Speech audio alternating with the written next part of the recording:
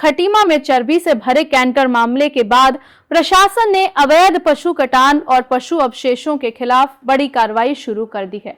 इस्लाम नगर गोटिया क्षेत्र में संयुक्त टीम ने छापेमारी कर भारी मात्रा में खाल और हड्डियां बरामद की, जिससे इलाके में हड़कंप मच गया। तहसीलदार वीरेंद्र साजवान के नेतृत्व में तहसील प्रशासन, पुलिस और नगर पालिका की टीम ने स्लॉटर हाउस के पास दबिश दी। छापेमारी के दौरान एक मकान और उसके सामने के परिसर से बड़ी मात्रा में पशुओं के अवशेष मिले। प्रशासन ने तत्काल कार्रवाई करते हुए संबंधित मकान को सील करने की प्रक्रिया शुरू कर दी है। वहीं नगर पालिका की टीम द्वारा बरामद अवशेषों को सुरक्षित तरीके से निस्तारित किया जा रहा है। तहसीलदार ने स्पष्ट कहा है कि इस अवैध कारोबार में शामिल किसी भी व्यक्ति को बख्शा नहीं जाएगा। प्रशासन अब पूरे नेटवर्क की जांच कर रहा है और दोषियों के खिलाफ सख्त कानूनी कार्रवाई की तैयारी की जा रही है। इस कार्रवाई के दौरान पुलिस बल के साथ कई अधिकारी और कर्मचारी मौके पर मौजूद रहे, जिससे पूरे क्षेत्र में सुरक्षा व्यवस्था भी कड़ी कर दी गई है। खटीमा से संवाददाता विजय कुमार की रिपोर्ट।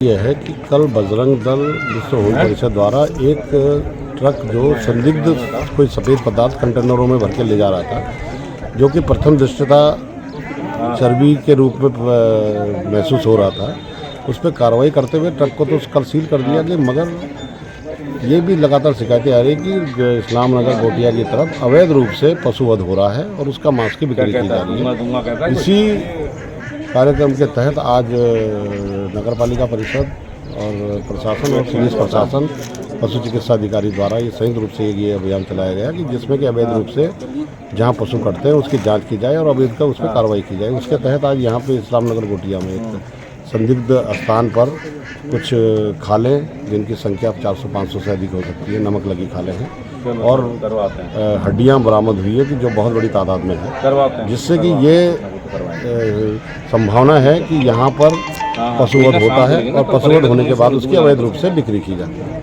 इसके तहत आज यहाँ पे आए और इसका सैंपल भरते हुए जांच के लिए भेजा जा रहा है और अवशेष जो है उसको डिस्ट्रॉय करने की कार्रवाई की जाएगी। आगे जो भी कार्रवाई हो जाएगी, अगर ये मकान अवैध रूप से पाया जाता है नदी के किनारे, तो इस पर उस हिसाब से कार्रवाई की जाएगी। प्लॉट में बहुत गंदगी है, संबंधित को नोटिस जारी किया जाएगा कि जिससे कि ये गंदगी क्यों ना इस पर भी वैधानिक कार्रवाई की जाए। ये समस्त कागज पत्रों को देखते हुए और जिसका ये प्लॉट है उस पर भी चालान की कार्रवाई और जो भी विधि के अनुसार कार्रवाई है वो अमल में लाई जाएगी। स्लॉटर हाउस अभी विधिवत रूप से चालू नहीं हुआ है, तो जो भी कट रहा है किसी को लाइसेंस नहीं है, तो जो भी अगर ये इस्लाम नगर गोटिया में या किसी भी स्थान पर कोई अगर पशु का वध हो रहा है तो वो अवैध है और वो पशु संरक्षण अधिनियम के तहत अवैध काटने की तहत कार्रवाई की जाएगी। मकान का ध्वस्तीकरण, अगर ये जमीन जो ये है ये अतिक्रमित जमीन पर पाया गया तो इसको ध्वस्तीकरण की कार्रवाई की जाएगी। भी प्रतिबंधित स्थान से था, उसका कटान यहाँ अवैध तरीके से इस्लाम नगर ये गोटिया के अंदर चल रहा था, स्लॉटर हाउस के ठीक सामने पे। इसमें अब खटीमा पुलिस प्रशासन और तहसील प्रशासन की संयुक्त कार्रवाई से ये सब कुछ सामने आया है और प्रशासन इसको कब्जे पे लेके इसको दफनाने की कोशिश कर रहा है, प्रयास कर रहा है। और यदि ये जो मकान है जहाँ पर ये अवैध कटान चल रहा है, ये जो दोषी है, अगर ये सरकारी ज़मीन पाई जाती है तो इसका भी कुछ ना कुछ विचार करके प्रशासन इसमें भी कार्रवाई करने को आगे बाध्य रहेगा। और यदि ऐसा होता है तो ये एक नज़ीर बनेगी, भविष्य में इस प्रकार का कदम लंबे समय तक कोई उठाएगा नहीं।